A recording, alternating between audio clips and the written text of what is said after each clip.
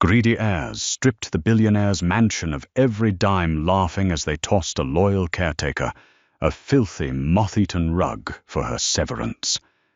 But as she knelt in the empty study to roll up the insulting parting gift, the floorboards gave way, revealing a steel vault they completely missed. Rain battered the towering stained-glass windows of Hawthorne Manor, casting fractured, melancholic shadows across the grand foyer. For 22 years, Clara Harrington had walked these sprawling, silent halls. She knew the exact floorboards that creaked the precise angle to adjust the thermostat so the ancient pipes wouldn't rattle, and exactly how the eccentric billionaire Reginald Hawthorne liked his Earl Grey tea, brewed 3 minutes and 30 seconds, not a second longer. She had arrived as a young, desperate housekeeper and slowly morphed into Reginald's estate manager, confidant, and sole caretaker during his agonizing, drawn-out battle with pulmonary fibrosis. Reginald was a titan of industry, a man who had amassed a fortune in rare antiquities and maritime shipping, yet he died in his ornate mahogany bed with only Clara holding his frail hand. His actual blood relatives had not visited in over a decade, but the moment the silver-haired billionaire took his final rattling breath, the vultures began circling. Less than 48 hours after Reginald's passing, the heavy oak doors of Hawthorne Manor were violently thrown open. Preston Gallagher and Sylvia Caldwell, Reginald's nephew and niece, stormed into the foyer, bringing with them a biting winter draught and an air of venomous entitlement. Preston, a failing real estate developer, drowning in undisclosed debts, wore a bespoke Italian suit that couldn't hide his nervous, sweaty disposition. Sylvia, a notoriously volatile socialite, whose gambling addictions were the worst-kept secret in Manhattan, trailed behind him, her sharp heels clicking against the imported marble like a metronome of impending doom. They did not ask Clara how her late employer had passed. They did not ask if he had suffered. They did not even bother to look at the tasteful floral arrangements Clara had paid for out of her own meager savings. Instead, Preston marched directly into the grand drawing room, his eyes scanning the priceless art on the walls with predatory hunger. Behind them walked a nervous, balding man, clutching a leather briefcase, Mr. Harrison, the probate attorney. "We are freezing all accounts," Preston announced, his voice echoing off the high ceilings, dripping with arrogance. "As the direct next of kin and executors of the temporary estate trust, we are taking immediate inventory. No one leaves this property with so much as a silver spoon."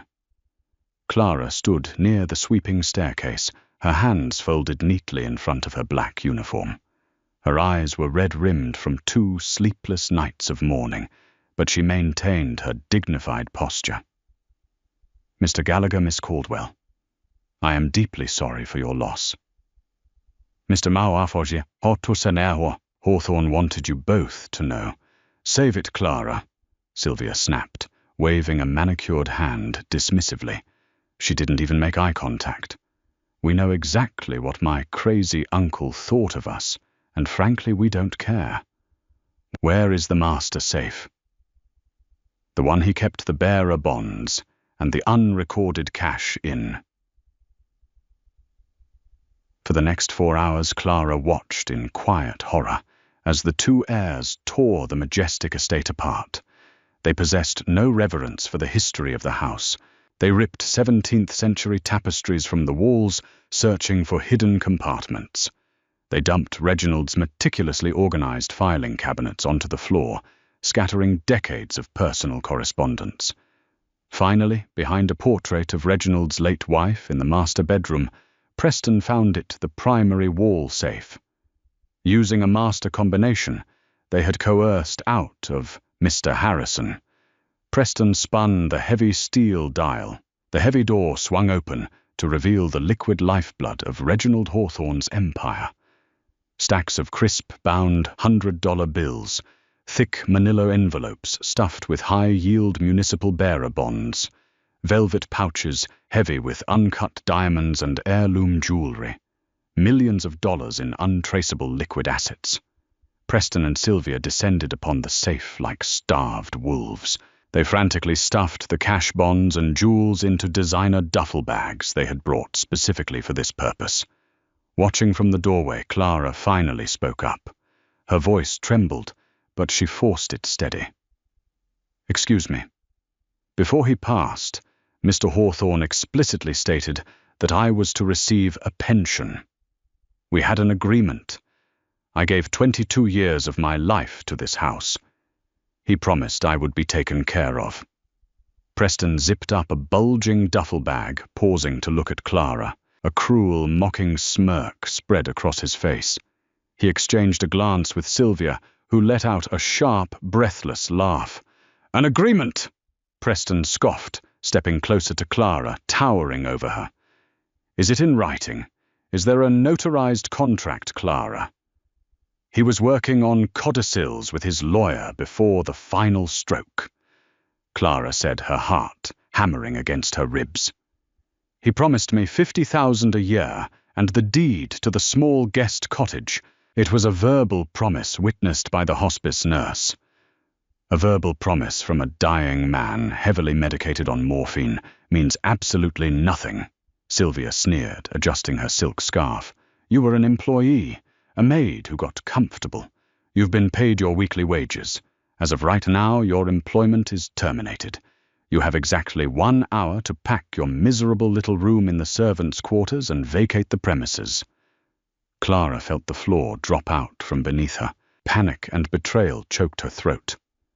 "I have nowhere to go. I spent my entire savings paying for his specialized oxygen equipment when his accounts were temporarily frozen last month. You can't just throw me out with nothing." Preston's eyes darted around the room, landing on Reginald's private study down the hall. He smirked and walked toward it, gesturing for Clara to follow. The study was the one room they hadn't completely destroyed, mostly because it contained nothing but old books and a massive, incredibly heavy, faded Persian Tabriz rug that spanned nearly the entire floor. It was ancient, stained with ink from Reginald's fountain pens, and reeked of cedar and old dust. "Tell you what, Clara," Preston said, his voice dripping with condescension. "Because we are generous people, we'll give you a severance bonus. You can take this rug. It's filthy, it's heavy, and I was going to pay someone to haul it to the dump anyway. Take it. Sell it at a flea market for $20 and get off my property." Sylvia giggled, clutching a bag containing $2 million in diamonds. "Don't say we never gave you anything, Clara. Now pack your things. The security guards will escort you out in 60 minutes. They brushed past her, their bags heavy with a stolen fortune, leaving Clara standing alone in the doorway of the study. The cruelty of their laughter echoed down the marble hallway, followed by the heavy slam of the front door. Clara fell to her knees, staring at the ugly, heavy rug, tears of absolute despair finally spilling down her cheeks. Silence settled over Hawthorne Manor, heavy and suffocating. The grand house, once filled with the ticking of grandfather clocks and the soft hum of Reginald's classical music, now felt like a plundered tomb. Clara remained on her knees in the doorway of the study, the rough fibers of the ancient Persian rug scratching against her bare hands. She had exactly 55 minutes before the private security firm Preston had hired would arrive to forcibly remove her from the only home she had known for over 2 decades. Rage, hot and blinding, began to replace her sorrow. She thought about the 22 Christmases she had spent decorating the manor, while Preston and Sylvia ignored Reginald's invitations. She thought about the endless nights sitting up monitoring Reginald's oxygen levels, while his niece and nephew partied on yachts funded by their uncle's stipends. And now they had walked away with millions, leaving her with a literal pile of dirt-caked wool. Clara stood up, wiping her eyes with the back of her sleeve. She was not a woman who broke easily. If Preston Gallagher told her to take the rug, she was going to take the damn rug. Perhaps a specialized antique dealer might give her a few $100s for it. It would be enough for a cheap motel room while she figured out how to rebuild her shattered life. She walked to the far corner of the massive study. The Tabriz rug was incredibly thick, woven with dark crimsons, deep navy blues, and intricate geometric medallions that had long since faded under the sunlight pouring through the bay windows. Reginald had always been strangely obsessive about this rug. He never allowed the professional cleaning service to touch it. He insisted Clara vacuum it personally, using a low-suction attachment, and he strictly forbade anyone from moving the heavy oak desk that sat near its center. Clara began to push the heavy oak desk off the rug. It shrieked in protest against the floorboards, fighting her every inch of the way. Panting and sweating, she finally managed to shove it onto the bare wood. Then she knelt and grabbed the thick, fringed edge of the heavy carpet. She started to roll it. It was like rolling a dead weight. Dust motes exploded into the air, dancing in the pale shafts of afternoon sunlight. Coughing, she pushed the heavy cylinder of wool forward, rolling it toward the center of the room. The underbelly of the rug was stiff and rigid, cracking slightly as it curled upon itself. As she rolled it past the center point, right where Reginald's chair used to sit, the heavy fabric caught on something. Clara frowned, pulling harder. There was a sharp, metallic scraping sound. She stopped and looked down at the exposed floor. The hardwood planks here looked different from the rest of the room. They weren't oak. They were cleverly painted steel slats, designed to perfectly mimic the grain of the surrounding wood. But what made Clara's breath hitch in her throat was the heavy, recessed brass ring sitting flush with the floor, surrounded by a complex, heavy-duty rotary combination dial. It was a floor vault. Clara froze, staring at the cold, unyielding metal. Preston and Sylvia had spent hours tearing the walls apart, ripping paintings down, entirely unaware that the most secure vault in the house was beneath the very rug they had mockingly given away. Her mind raced. A combination? She didn't have a combination. Reginald had never mentioned a floor safe, nor had he ever given her a string of numbers. Or had he? Suddenly a memory slammed into her with the force of a freight train. 3 weeks ago, Reginald had been confined to his bed, his breathing shallow and labored. He had gripped Clara's wrist with surprising strength, pressing a small, heavy brass key into her palm. "The storm is coming, Clara." He had wheezed, his eyes cloudy but intensely focused. "When the wolves come to strip the meat from the bones, remember the year my beloved Eleanor was born and the day we were married. Keep the key. Do not tell the lawyer.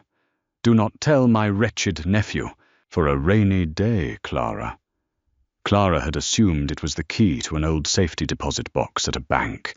She had put it on her keychain and completely forgotten about it amidst the chaos of his declining health. Her hands shaking violently, Clara reached into her uniform pocket and pulled out her heavy ring of keys. There, nestled between the key to the pantry and the key to the back door, was the heavy brass key Reginald had given her. She dropped to her knees beside the dial, the year Eleanor was born and the day they were married. Clara knew these dates by heart. She had ordered the flowers for Eleanor's grave every single year. Eleanor was born in 1942. They were married on October 14th. Taking a deep, shuddering breath, Clara grasped the cold brass dial. She spun it right to 19, left to 42, right to 10, left to 14. She heard a heavy, satisfying mechanical click echo beneath the floorboards, her heart hammering against her ribs like a trapped bird. Clara inserted the brass key into the recessed slot beside the dial. It slid in perfectly. She turned it clockwise. A series of heavy steel locking bolts retracted with a loud industrial thud that reverberated through the silent mansion. Clara grabbed the brass ring with both hands and pulled upward. The heavy steel door groaned as it lifted on hydraulic hinges, revealing a dark, meticulously organized chasm beneath the floor, A rush of cool, cedar-scented air hit her face. Clara leaned over the edge, peering into the hidden depths of the vault. When her eyes finally adjusted to the shadows, all the breath left her lungs in a sharp gasp. Preston and Sylvia had robbed the wall safe, thinking they had found the prize. They had no idea that what they took was merely Reginald's pocket change. What lay beneath the ugly, moth-eaten rug was a secret that was about to rewrite Clara's destiny and destroy the greedy heirs forever. Golden light filtered through the towering bay windows, illuminating the hidden depths of the steel floor vault, and Clara Harrington could hardly believe her eyes. Neatly stacked in the center of the reinforced chamber were rows upon rows of pure, heavy gold bullion. Each bar caught the ambient light, gleaming with a heavy, intoxicating luster that seemed completely out of place in the dusty, neglected study. But the gold, staggering as it was in value, was only the beginning.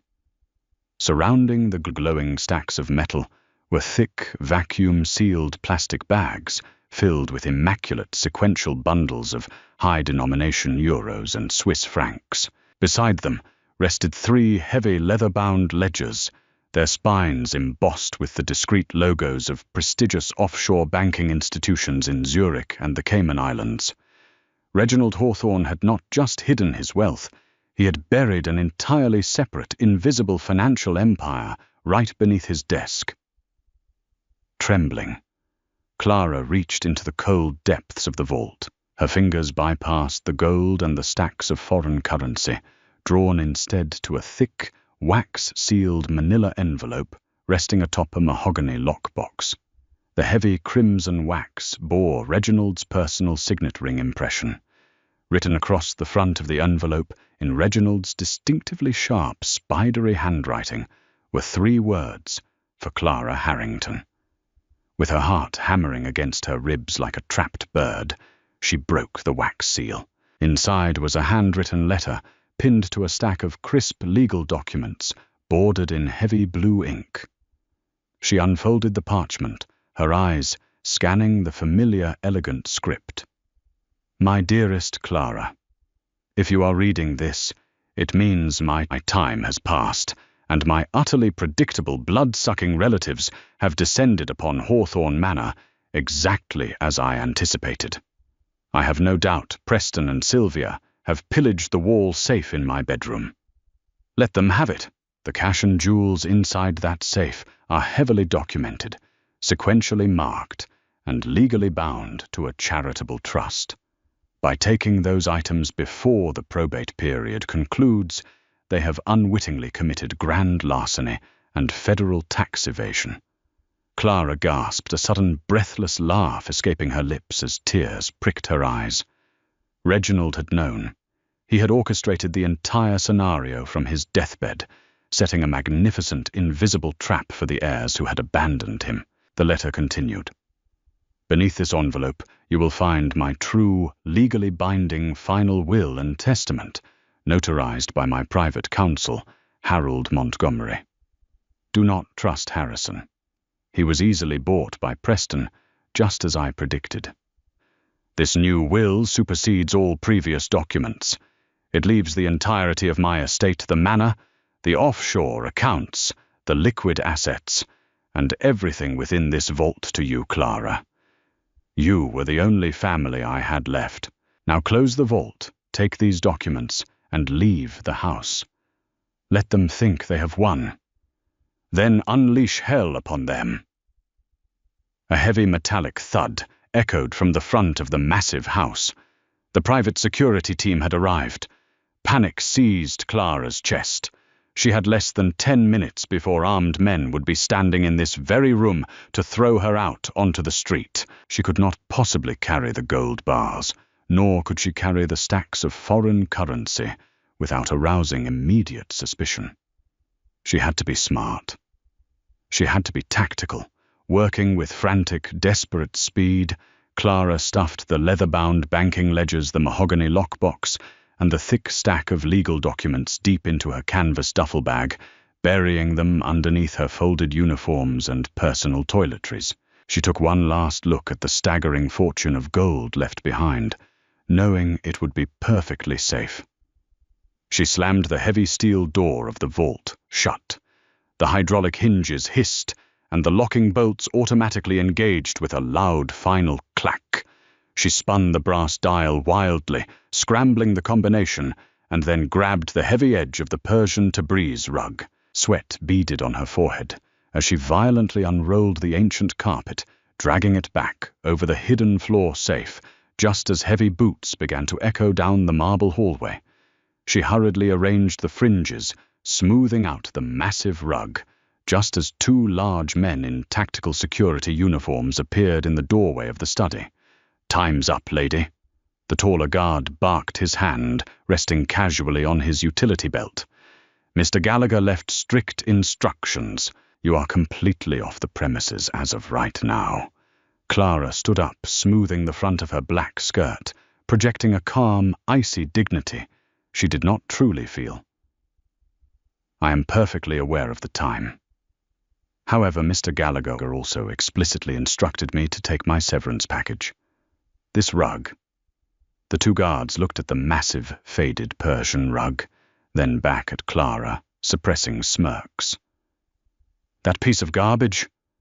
The second guard chuckled. "Suit yourself, but you're carrying it. I am a 55-year-old woman." Clara said, her voice dripping with sudden commanding authority that sounded shockingly like Reginald himself. "If you want me off this property in the next 2 minutes, you are going to help me carry my legal severance out to the gravel driveway." The guards exchanged an irritated glance, but they clearly wanted the job done quickly. Grumbling under their breath, they stepped onto the rug, entirely oblivious to the millions of dollars in gold buried just inches beneath their boots. They rolled the heavy wool, tightly hoisted it onto their shoulders, and carried it out the front door. Clara followed closely behind, clutching her canvas bag to her chest, her heart soaring with a terrifying, exhilarating sense of triumph. They dumped the heavy rug onto the wet gravel of the driveway, locked the massive iron gates behind her, and walked away.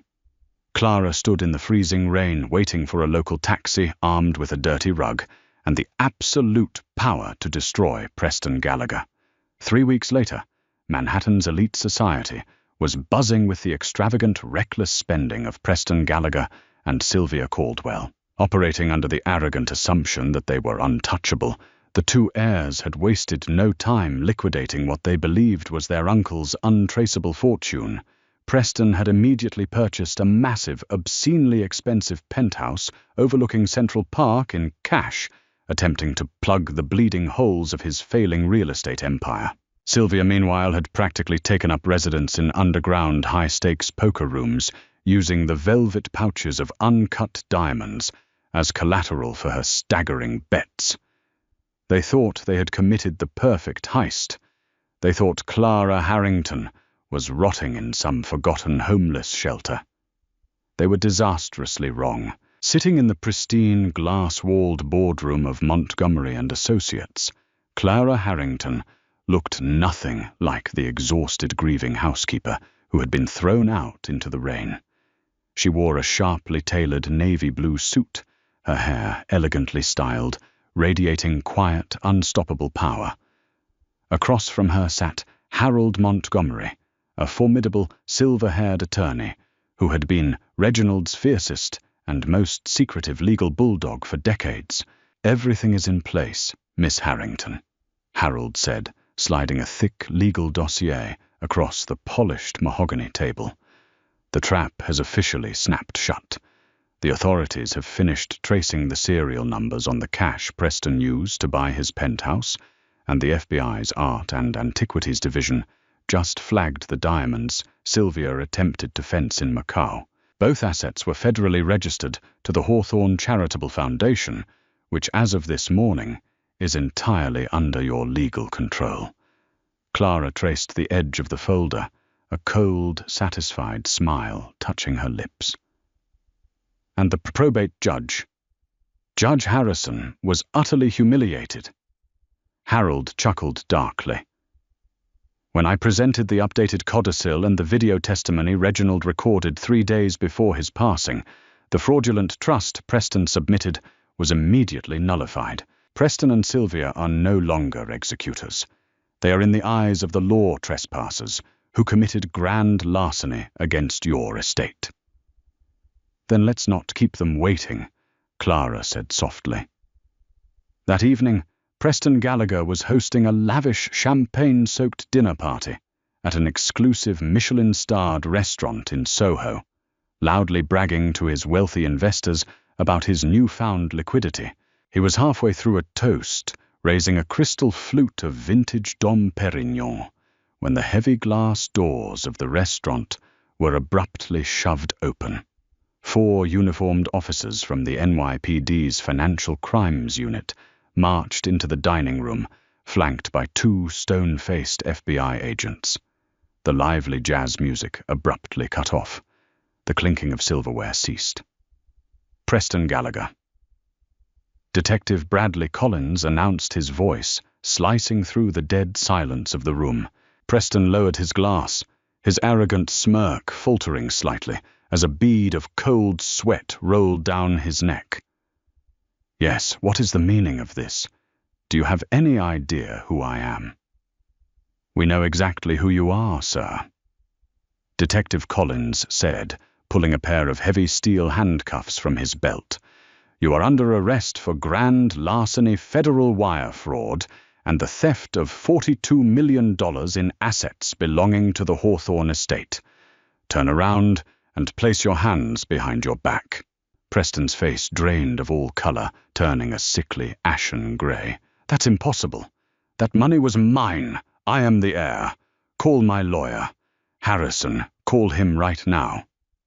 Your lawyer is currently in federal custody for conspiracy to commit fraud, Collins replied coldly, spinning Preston around and snapping the cuffs hard onto his wrists.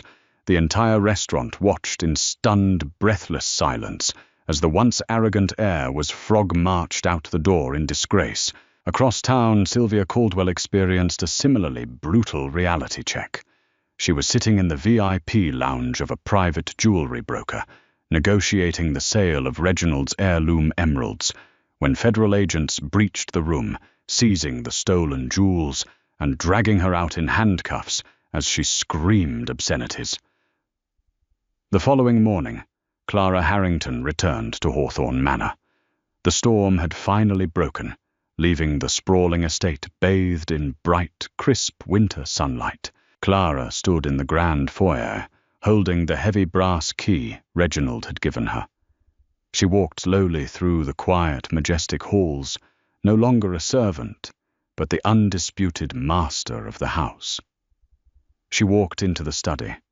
The heavy Persian Tabriz rug had been professionally deep cleaned, its vibrant crimsons and deep navy blues completely restored to their original breathtaking glory. It sat perfectly in the center of the room, guarding the massive fortune that still slept quietly beneath the floorboards. Clara walked over to Reginald's heavy oak desk, sat down in his leather chair, and looked out the bay windows at the sprawling, beautifully manicured grounds. Preston and Sylvia were facing 20 years in federal prison, completely bankrupt and utterly destroyed by their own insatiable greed. The corrupt lawyer who had enabled them was disbarred and facing his own lengthy sentence. Clara had already begun the process of establishing the Reginald Hawthorne Medical Foundation, funding specialized care for patients suffering from pulmonary fibrosis. She had lost a dear friend, but she had protected his legacy with absolute ruthless precision. Clara Harrington ran her hand over the soft, restored wool of the antique rug beneath her desk, knowing she would never have to bow her head to anyone ever again. Did you love this story of ultimate revenge and hidden treasure? Betrayal rarely pays, but karma always collects its debts in full. If Clara's brilliant triumph over her greedy, entitled former employers had you cheering at your screen, don't keep it to yourself. Hit that like button, share this incredible story with your friends who love a perfect plot twist, and make sure to subscribe to our channel for more amazing real-life drama.